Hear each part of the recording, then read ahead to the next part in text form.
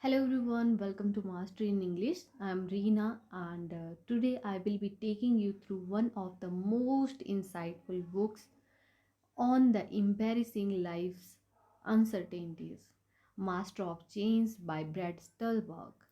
This book dives deep into the art of thriving amidst constant change and equips us with strategies to balance adaptability with stability. In this session, we will be explore the book chapter by chapter, uncovering its wisdom and practical takeaways. By the end, you will be have a fresh perspective on how to handle life challenge with confidence. So let's start it. In the chapter 1, author talks about the paradox of stability and change. In the opening chapter, author introduced the paradox that while humans crave stability, life is inherently unpredictable and filled with change. It explains that clinging to stability creates resistance, while embarrassing change leads to growth. The key, he says, is developing rugged flexibility which allows us to stay anchored to our core values while adjusting to life's flux. The key lessons from this chapter: life's nature is dynamic. Resisting change only adds stress. And second point we learn from this chapter is stability should be seen as a base, not an end goal. And the third point that we learned from this chapter, rugged flexibility means being grounded in your values while remaining adaptable. For example, the author compares this to how trees sway in the wind, rooted firmly in the ground yet flexible enough to withstand storms. So, what is the reflection exercise of this chapter? What's one aspect of your life where you have resisted change? How could you approach it differently using flexibility? In the second chapter, author talk about the identity paradox. In this chapter, author challenges the notion of a fixed identity. He argued that viewing your identity as unchangeable can make life transitions difficult. Instead, he proposed adapting a fluid perspective, allowing your experiences and values to shape your evolving self. The key lessons from this chapter: first, we have a rigid sense of self can feel threatened by change. Embrace identity as an ongoing journey rather than a fixed destiny. Other than we have ground yourself in core values while allowing room for growth and new experiences. The practical insight of this chapter is think of identity as a river. It's ever changing, yet its essence remains intact. The activity that we can do with the help of this chapter: write down 3 ways in which your identity has shifted over the past 5 years. How have these changes positively impacted your life? So you can do this activity for self awareness. In the third chapter, the author talked about the rugged flexibility, the balance of toughness and adaptability. The chapter expands on the concept of rugged flexibility. Author explains that being tough does not mean that rigid. True resilience lies in knowing what to hold on to and what to let go of. The key lessons that we learn from this chapter is: first, we have identify your non negotiable values or principles that define you. And second, we learn from this chapter be flexible in areas where change is necessary for growth. Apart from that, we have built a mindset that combines inner strength with outward adaptability. For example, think a ship in a storm. Its anchor keeps its steady core values, but its sails adjust to the wind, flexibility. So, what are the action steps you can take? Create a list of your top three non negotiable values and areas where you can practice being more adaptable. In the chapter 4th, the author talks about the role of community. That means the change becomes less daunting when shared with others. In this chapter, author emphasizes the importance of a strong community during transition. Supportive relationships act as buffers against uncertainty and help us adapt better. The key lessons that learned from this chapter: first, we have lean on your community during times of change. Shared experiences lighten burden. Second, we have foster meaningful connections to create a network of support. Apart from that, we have give as much as you receive. Strong communities thrive on reciprocity. For example, imagine a group climbing a mountain together. Each person's strength uplifts the other during difficult moments. The reflection exercise you can do in the home.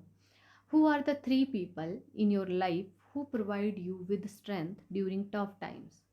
How can you nurture these relationships further? In the chapter 5, the author talk about the science of resilience.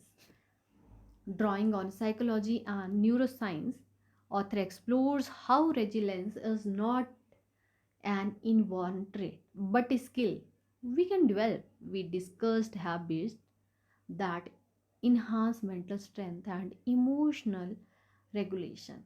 The key lessons that we learned from this chapter: first, we have resilience grows through consistent, healthy practices like exercise, mindfulness, and journaling. Second, we have emotional regulation. Staying calm under stress is a vital skill. Apart from that, we have setbacks are opportunities to learn and grow. For example, athletes bounce back from defeats by focusing on incremental improvement rather than dwelling on losses. What are the action steps that you can do on regular basis? Start a daily gratitude journals. Write down three things you are grateful for each day to build emotional resilience. In the chapter 6, the power of small steps, the author talks about this thing. Big changes often start with small, deliberate actions. Author emphasizes that consistency and momentum are more impactful than perfection. The key lessons that we learned from this chapter is: the first, we have the break down large goals into smaller one and take actions according to that, and celebrate small wins to maintain motivation. And third, we have build momentum daily habits even if the progress feels slow. For example, imagine filling a jar with pebbles. Each small step is a pebble, and over time they add up to fill the jar. Practical tips: identify one big goal and break it into smaller weekly tasks. Track your progress and reward yourself for completing each step. In the chapter 7th, author talks about embarrassing uncertainties. Uncertainties can be intimidating, but author encourages readers to view it as a chance for growth and exploration. By focusing on what you can control and letting go of what you can't, you can turn unpredictability into an ally. The key lessons that we learned from this chapter: first, we have accept that uncertainty is a natural part of life.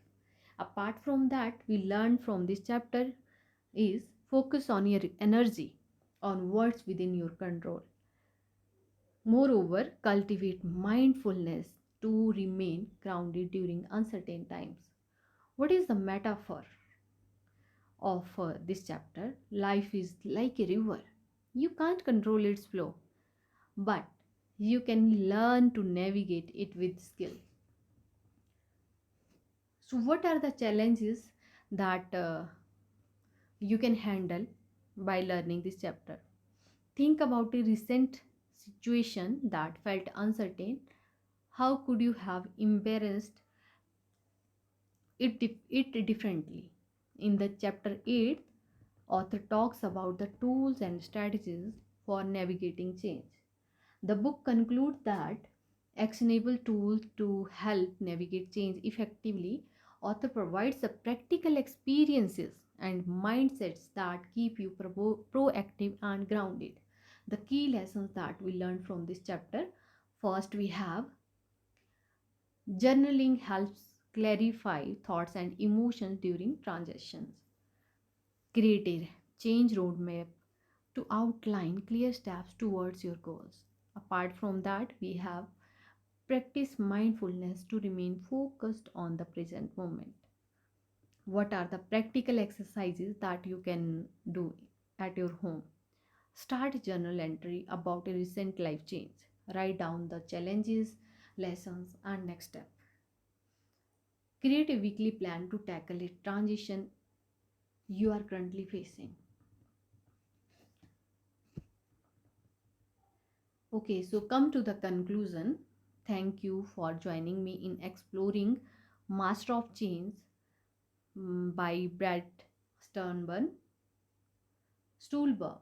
This book is a powerful reminder that change is something to fear. It's an opportunity for growth.